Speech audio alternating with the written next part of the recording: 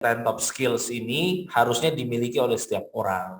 Ini saya ambil dari Profesor Iputu UNY, beliau yang menyampaikan bahwa nomor satu analytical thinking dan inovasi. Nah, kenapa nomor satu ini penting? Karena di K3 juga kita itu membutuhkan analytical thinking untuk bisa melakukan perubahan di dalam K3. Karena membangun K3 itu terutama pada misalnya perusahaan-perusahaan yang besar, itu kan membutuhkan cost yang besar. Nah, pertanyaannya adalah saat cost yang besar, apakah pemimpin atau manajemen tiba-tiba langsung mau untuk mengerjakan semuanya? Kan belum tentu. Jadi kita harus putar otak bagaimana caranya kita penerapan K3 itu bisa diterima oleh semua kalangan, baik dari pemilik, manajemen, sesama peer level pekerja, staff, ataupun vendor sampai bahkan satpam. Jadi analytical thinking ini sangat penting untuk kita bisa tajam dalam penerapan K3-nya. Kemudian ada active learning, complex problem, dan sebagainya. Ini berbicara soal tingginya tuntutan dunia kerja saat ini, di mana kita diminta, setiap orang atau setiap pekerja diminta untuk betul-betul ready dalam segala tekanan, baik itu perubahan ke dunia digital ataupun perubahan-perubahan yang memang sudah ada di non-digital dunianya. Oke, saya lanjut. Oke, ini tuntutan dunia kerjanya, ya Bapak Ibu. Ya, intinya adalah kemampuan untuk menyediakan produk dan jasa secara konsisten. Nah, kita betul-betul diminta untuk bagaimana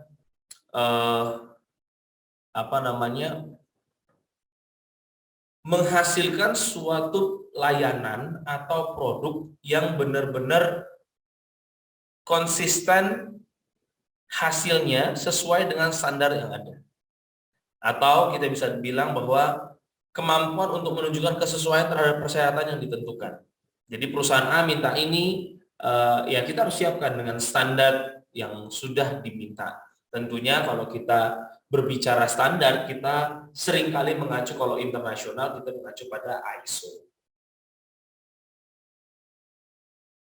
Ya, oke. 5R atau 5S, ya. 5R itu bahasa Indonesianya, bahasa Jepangnya ada 5S. 5S ini budaya Jepang. Nah, sebenarnya nanti perlu kita bikin juga budaya Indonesia seperti apa, budaya kerja Indonesia, karena tentu karakter kita berbeda dengan karakter orang luar. Kenapa kita harus copy budaya kerja orang luar, ya? Tetapi tetap perlu penyesuaian dengan orang luar, karena orang luar dari Jepang, Amerika dan sebagainya, mereka punya tuntutannya sendiri terhadap kita.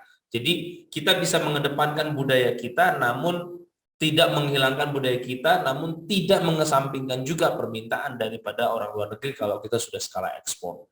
Contoh 5R. 5R adalah ringkas, itu setara dengan seiri, ya. Menyingkirkan barang yang tidak diperlukan. Rapi, seiton, membenahi tempat penyimpanan barang. Resik atau seiso, mengatur melaksanakan prosedur kebersihan harian. Ya, ada jadwalnya. Kemudian rawat, ada seiketsu atau pertahankan ringkas, rapi, dan resik. Dan rajin, ada shitsuke, jadikanlah sesuatu kebiasaan. Jadi sebenarnya ini budaya yang diterapkan di dunia kerja untuk bisa adanya standarisasi secara sistem. Nah, ini adalah jembatan menuju K3, ya, 5R atau budaya kerja itu menuju kepada K3. Konsep 5R ini mengedepankan atau membantu menciptakan 4 aspek, yaitu aspek safety, aspek kualitas, aspek produktivitas, dan efisiensi. Nanti kita lihat lebih lanjut. Bagaimana 5R dari ringkas, rapi, resik, rawat, rajin tersebut bisa menciptakan lingkungan yang safety. Ya, kemudian penerapan 5R harus dilakukan secara sistematis. Kenapa sistematis? Karena setiap lini, setiap aspek, setiap personil yang ada di tempat kerja itu harus menerapkan budaya kerja ini. Kita tidak menunggu OB. Jadi bukan OB yang bersihkan. Kosek WC pun yang bersihkan WC kantor pun bukan OB yang kita. Kenapa? Karena kita punya rasa kepemilikan. Jadi kita betul-betul merawat. Jadi kalau kita punya rasa kepemilikan akan sesuatu, kita akan lebih jaga. Gitu ya, itu prinsipnya. Jadi penerapan 5R harus dilakukan secara sistematis karena pada intinya 5R bukanlah standar. Memang bukan standar, tapi dia akan menciptakan suatu lingkungan yang standar. Ya, bukan standar tapi lebih ke arah pembentukan budayanya. Ya. 5R menciptakan kemudahan bekerja.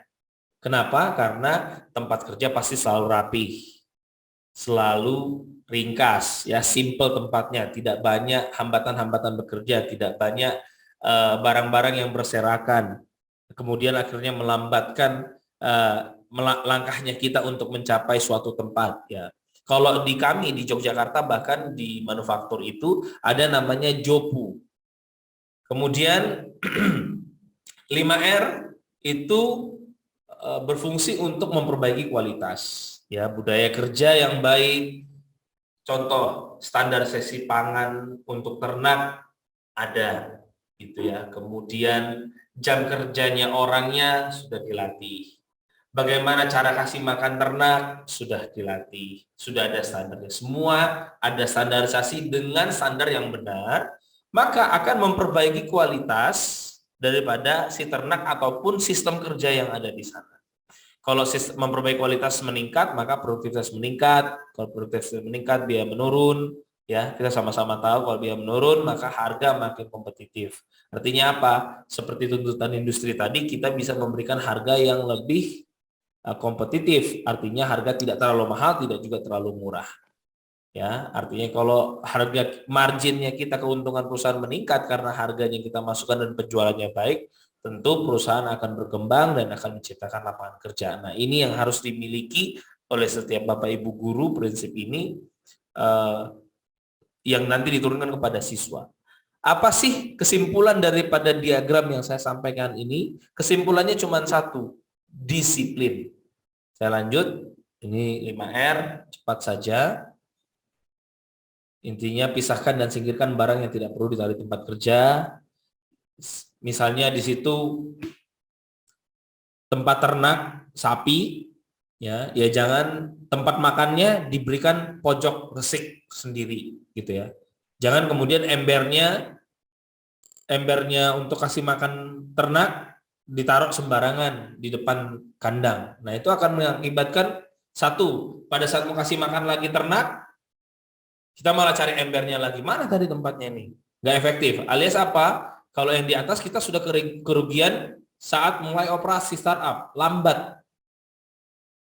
Nah, makanya kami di manufaktur itu ada JOPU, kemudian ada rapi. Setelah diringkas, setelah dipisahkan barang yang dipakai dengan tidak dipakai di setiap lokasi atau di setiap ruangan dipisahkan, barang yang tidak dipakai disingkirkan, entah nanti disimpan, entah dijual, entah dibuang dan sebagainya. Barang yang dipakai, barang yang masih dipakai di ruangan tertentu itu dirapikan, ditata dengan menggunakan label-label supaya kalau kita cari gampang, ya.